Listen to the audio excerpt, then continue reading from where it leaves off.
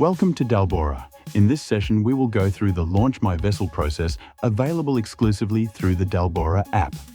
The Dalbora app is available for both Android and Apple iOS devices. To get started, head to your app store of choice and search for Dalbora.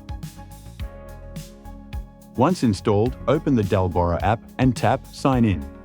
For first-time users, there are a few simple steps to follow. First, enter your email address, which must be the same that you used to become a Dalbora member.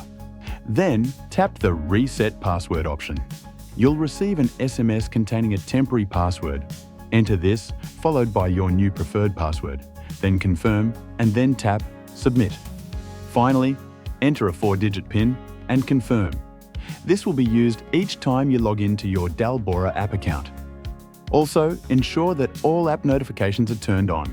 This is our way of reaching out to you for all account-related updates. Notifications are managed through your device's settings.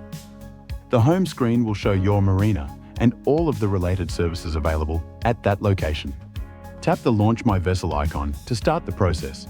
This must be done at least 1 hour before you arrive at the marina. On the Launch My Vessel page, you will find the Book Launch button and Manage Launch options. Tap Book Launch. Select your vessel, location, service type, date, and time. You can also include any optional notes for the dockmaster.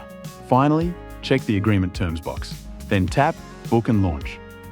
A notification will be sent to your phone through your app once your booking has been processed. In the event that you need to cancel your booking, head back to the Launch My Vessel page and tap Manage Launch. Find your booking and tap Click to cancel.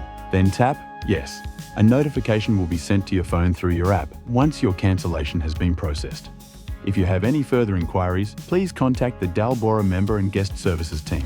We hope that you enjoy your time on the water. Stay safe, and we'll have everything ready for you upon your return.